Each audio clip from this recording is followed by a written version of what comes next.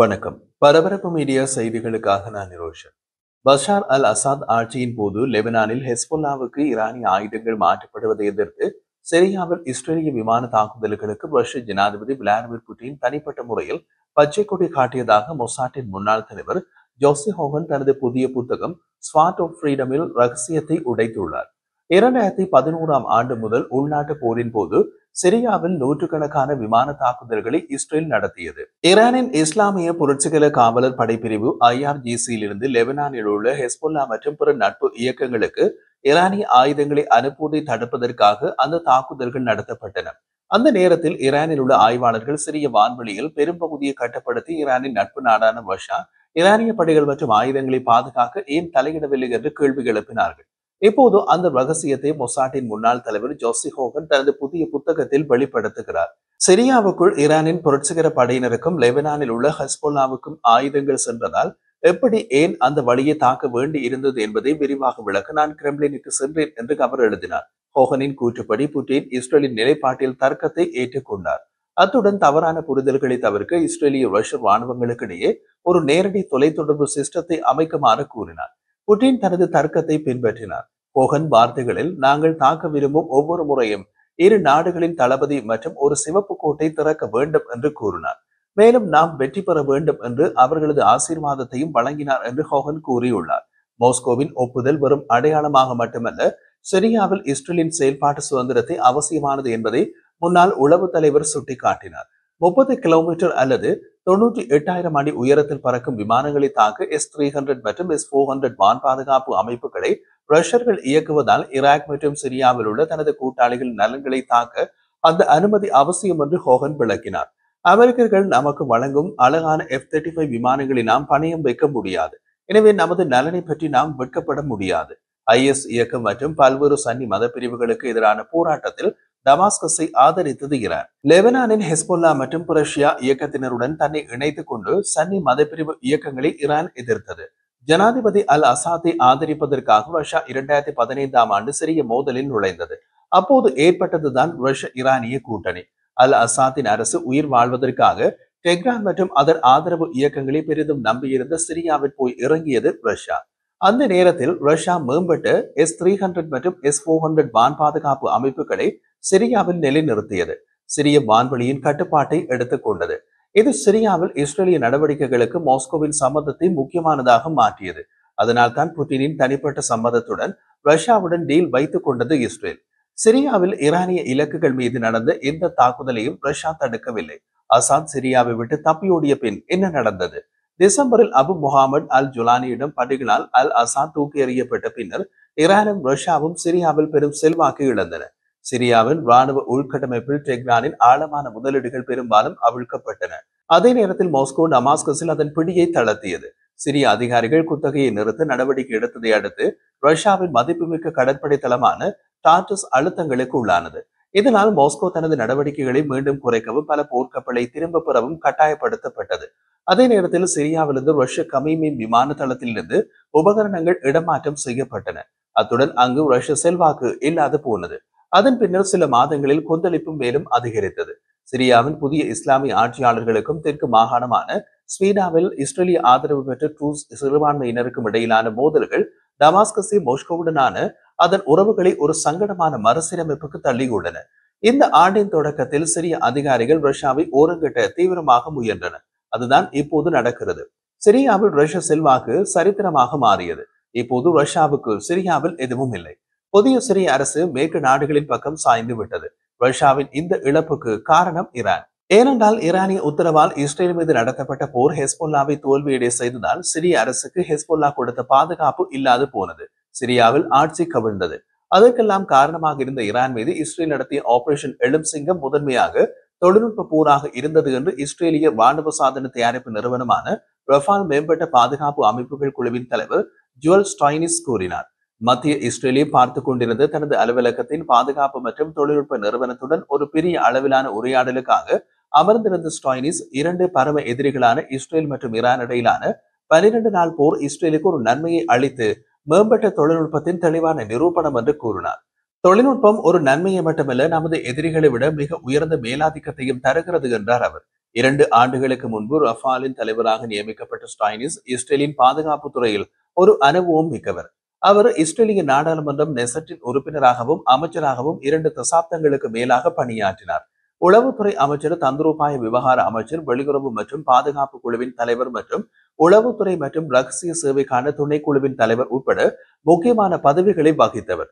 இஸ்ரேலின் பாதுகாப்பு கோட்பாட்டின் முக்கிய கட்டமைப்பாளர்களில் ஒருவராக அவர் இருந்தார். ஈரான் மற்றும் அதன் அணுசக்தி திட்டத்தின் அச்சுறுத்தலுக்கு அவர் எப்போதும் முக்கியத்துவம் அளித்து வருகின்றார். மேலும் சிரியாவின் அணுசக்தி திட்டத்தை கண்டுபிடிப்பதில் முக்கிய பங்கு வகித்தார்.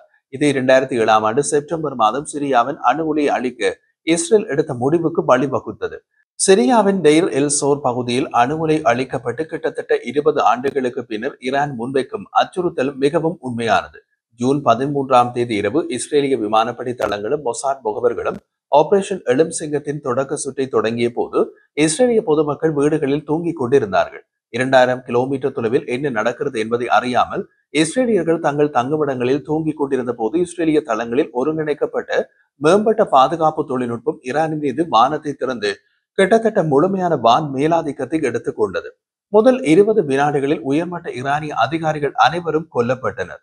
மேலும் 48 மணி நேரத்துக்குள் ஈரானிய வானில் இஸ்ரேல் ஈரானை விட முழுமையான வான் மேலாதிக்கத்தை பெற்றது. இஸ்ரேலிய நிறுவனம் ரஃபாலின் தொழில்நுட்பம் தொடக்க சுற்றில் குறிப்பிடத்தக்க பங்கை கொண்டிருந்தது. வானில் இருந்து தரைக்கு ஏவப்பட்ட ஏவுகணைகள், சென்சார்கள், ஆளற்ற விமானங்கள் பலவும் இஸ்ரேலிய ராணுவ சாதன தயாரிப்பு நிறுவனமான ரஃபாலின் தயாரிப்புகள் தான் என்று சுட்டிக்காட்டிய ஸ்டைனிஸ் கூறினார். வெளிநாட்டு அறிக்கைகளின்படி ரஃபாலின் ஸ்பைக் ஏவுகணைகள் ஆரம்ப சுற்றில் ஈரானிய பாலிஸ்டிக் ஏவுகணைகள் மற்றும் அவற்றின் க்ரூஸ் ஏவுகணைகளை அழிக்க பயன்படுத்தப்பட்ட ஆயுதங்களில் ஒன்றாகும். இஸ்ரேலிய ஸ்பைக் ஏவுகணைகள் ஈரானின் வான் பாதுகாப்புகளை அடக்குவதற்காக வடிவமைக்கப்பட்டவை. அவை இணைய அடிப்படையிலான ஆட்டோமேஷன் மற்றும் ரிமோட் கண்ட்ரோல் அமைப்புகள் பொருத்தப்பட்டவை என்பதால் ஈரானிய வான் பாதுகாப்பு அமைப்புகளால் அவற்றை தடுக்க முடியவில்லை என்று ஈரானின் பிரஸ் டிவி தெரிவித்துள்ளது. எனவே ஈரான் இஸ்ரேலில் இருந்து 1800 கிலோமீட்டர் தொலைவில் இருந்தாலும் தீர்க்கமான ராணுவ நடவடிக்கைகளுக்கு அருகாமையில் இருப்பது இனி அவசியம் இல்லை. இஸ்ரேலுக்கும் ஈரானுக்கும் இடையிலான போர் உலகை நவீன போரின் ஒரு புதிய அத்தியாயத்தை எழுதியது. ஈரானுக்கு எதிரான இஸ்ரேலின் போர் உக்ரைனுக்கும் ரஷ்யாவுக்கும் இடையிலான போரை விடவும் சாதனை அதிகமானது. அங்கு மாஸ்கோ இன்னமும் 3 ஆண்டுகளாக போரில் உக்ரைன் மீது எந்தவிதமான வான் மேலாதிக்கத்தையும் பெற முடியவில்லை. இஸ்ரேலோ ஈரானோ கணிசமான எண்ணிக்கையிலான தரைப்படைகளை நிறுத்தவில்லை. மேலும் பாரம்பரிய போர்க்கள ஈடுபாடுகள் எதுவும் இல்லை. மாறாக போர் நீண்ட தூர பாலிஸ்டிக் ஏவுகணைகள், துல்லியமான வானிலிருந்து தரைக்கு ஏவப்படும் ஏவுகணைகள், சைபர் தாக்குதல்கள், ஆளற்ற விமானம் மற்றும் பிற தன்னாட்சி அமைப்புகளுடன் நடத்தப்பட்டது. ஈரானுக்கு குறிப்பிடத்தக்க திறன்கள் உள்ளன என்று ஸ்டைனிஸ் கூறினார். அவர்கள் மிகவும் புத்திசாலிகள். அவர்களிடம் ஏராளமான வான் பாதுகாப்பு பேட்டரிகள் இருந்தன. ஆனால் இஸ்ரேலிய தொழில்நுட்பம் ஈரானுக்கு தெரியாத நிறைய ஆச்சரியங்களை கொண்டிருந்தது. போரின் முடிவில் இஸ்ரேலுக்கும் ஈரானுக்கும் இடையிலான தொழில்நுட்ப இடைவெளி மிக முக்கியமானது என்று ஸ்டைனிஸ் குறிப்பிட்டார். இஸ்ரேல் மற்றும் ஈரானின் விமானப்படைகளை சுட்டிக்காட்டி ஈரானியர்கள் 50 ஆண்டுகளுக்கு மேலான பழமையான விமானங்களை பறக்க விடுகின்றார்கள். ஆனால் இஸ்ரேலிய நவீன அமெரிக்க விமானங்களில் உள்ள அமைப்புகள் சிறந்தவற்றில் சிறந்தவை என்று ஸ்டைனிஸ் கூறினார். விமானம் பிரச்சனை அல்ல, அவற்றில் என்ன தொழில்நுட்பம் உள்ளது என்பதுதான் முக்கியம். சிறந்தவற்றில் சிறந்தவை உங்களிடம் இல்லை என்றால் சேதம் மிகப்பெரியதாக இருக்கும். உங்கள் எதிரிகளை வெல்வதற்கும் தடுப்பதற்கும் உங்களுக்கு சிறந்தவற்றில் சிறந்தவை தேவை. தீர்க்கமான தொழில்நுட்பம் உங்களுக்கு தேவை. தோல்விக்கும் வெற்றிக்கும் அளிப்பதற்கும் அல்லது அளிக்கப்படுவதற்கும் உள்ள வித்தியாசம் அதுதான்.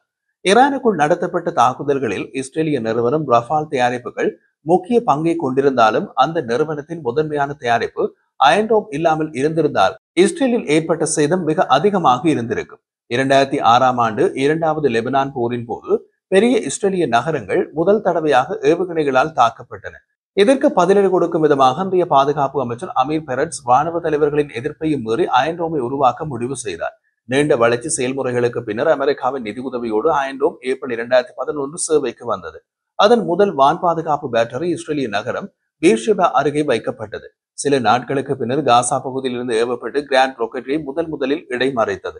20 ஆண்டுகளுக்கு பின்னர் அயன்டோம் காசா பகுதியில் இருந்து ஏவப்பட்ட ராக்கெட்களை மட்டுமல்ல, ஆளற்ற விமானங்களையும் ஈரானிலிருந்து ஏவப்பட்ட பாலிஸ்டிக் ஏவுகணைகளையும் கூட இடைமறைத்தது. அயன்டோம் இஸ்ரேல் அரசை காப்பாற்றியது என்று ஸ்டைனிஸ் தெரிவித்தார். இது பாலிஸ்டிக் ஏவுகணைகள், ஆளற்ற விமானங்கள் இடைமறைக்கும் என்று ஆரம்பத்தில் யாராலும் நம்ப முடியவில்லை. ஆனால் இப்போது இஸ்ரேல் அதை நம்பியுள்ளது மிகவும் வெற்றிகரமாக உள்ளது.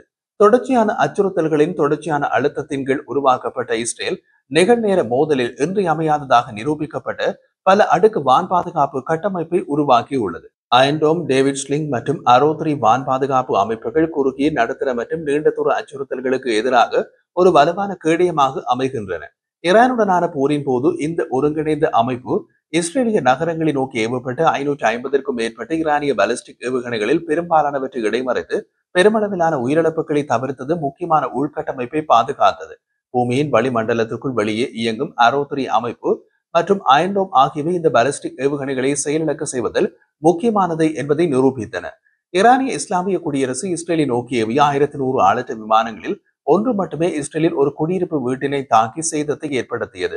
மீதமுள்ளவை அயன்டோம் மற்றும் இஸ்ரேலிய விமானப்படை IAF-இன் விமானங்களால் ரஃபால் நிறுவன தயாரிப்புகள் மீதமுள்ளவை அயன்டோம் மற்றும் இஸ்ரேலிய விமானப்படை IAF விமானங்களால் ரஃபால் நிறுவன தயாரிப்பு பைத்தான் ஏவுகணையை பயன்படுத்தி சுட்டு வீழ்த்தப்பட்டன.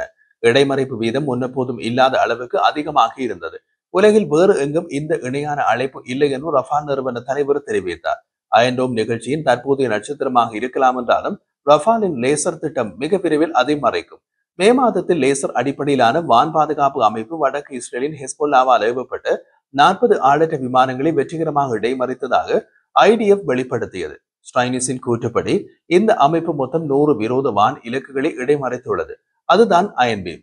அயன்பீமின் முதல் செயற்பாட்டு அமைப்பு நவம்பர் 2025க்குள் IDF-க்கு வழங்கப்படும் என்று, கூடுதல் செயல்பாட்டு அமைப்புகள் 2026 முழுவதும் வழங்கப்படும் என்றும் ஸ்டைனிஸ் கூறினார்.